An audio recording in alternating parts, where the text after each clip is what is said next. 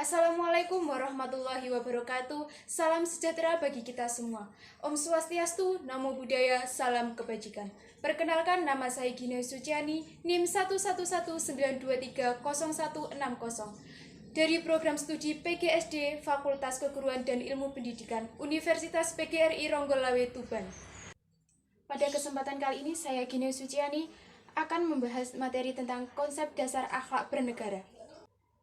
Seperti yang kita ketahui bahwa kita sebagai warga negara Indonesia harus mempunyai etika dan akhlak dalam berkehidupan berbangsa dan bernegara. Adapun pengertian dari akhlak bernegara yaitu suatu etika yang mencakup perilaku dan sikap warga negara yang didasarkan dengan nilai-nilai dasar negara kita, yaitu Pancasila.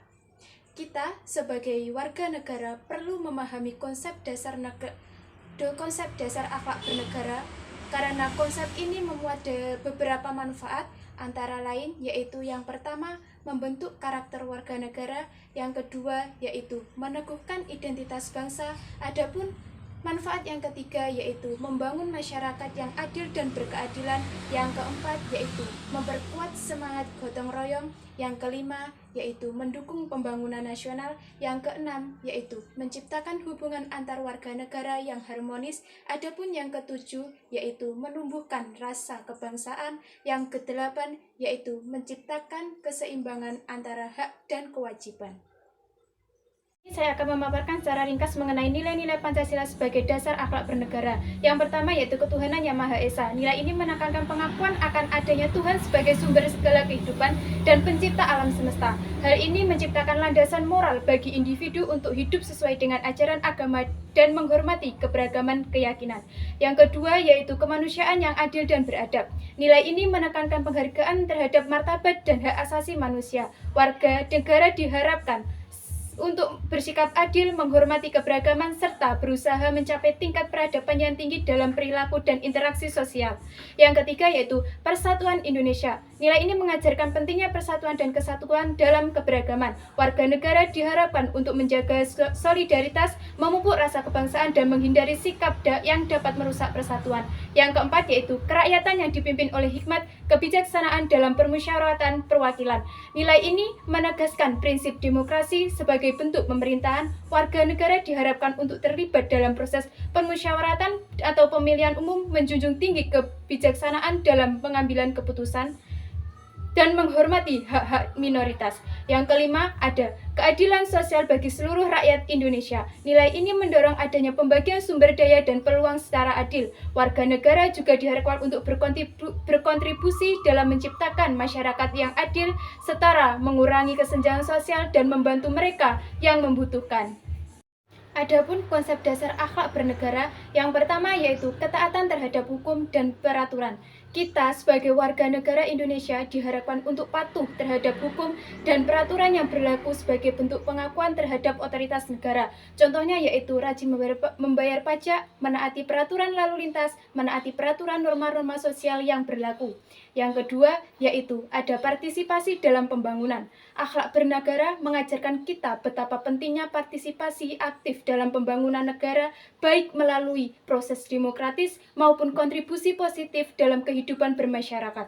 Contohnya yaitu ikut berpartisipasi aktif dalam kegiatan sosial, politik maupun ekonomi yang mendukung pembangunan negara.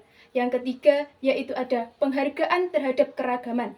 Indonesia merupakan suatu negara yang memiliki banyak keanekaragaman, mulai dari keragaman budaya, agama, suku, bangsa. Oleh karena itu, kita sebagai warga negara Indonesia harus bisa menghormati dan saling menghargai keragaman yang ada di Indonesia ini, agar kita bisa tetap hidup rukun, aman, dan damai.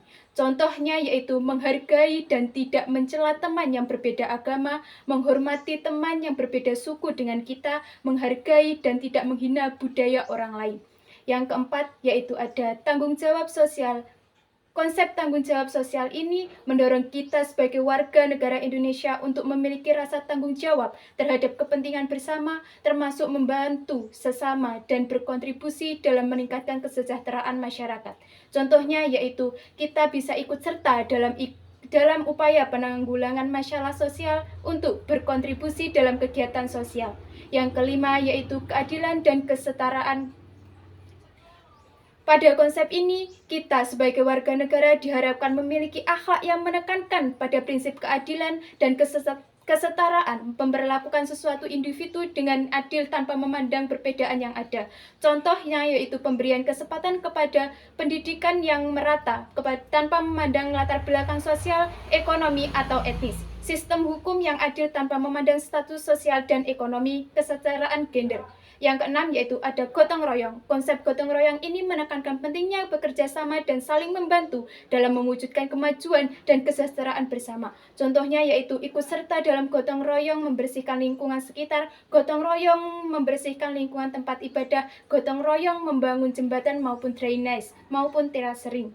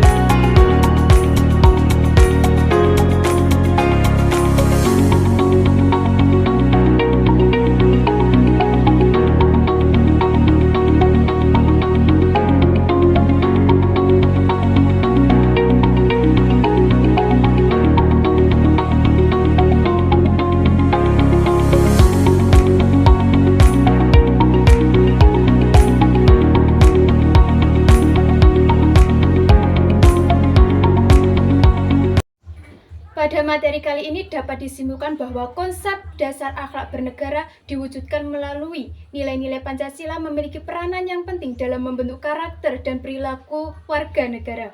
Konsep ini juga dijadikan sebagai landasan moral warga negara, pendorong keterlibatan aktif, serta penghargaan terhadap keanekaragaman, harapan akan masyarakat yang adil dan bersatu, dan juga berpartisipasi aktif dalam pembangunan.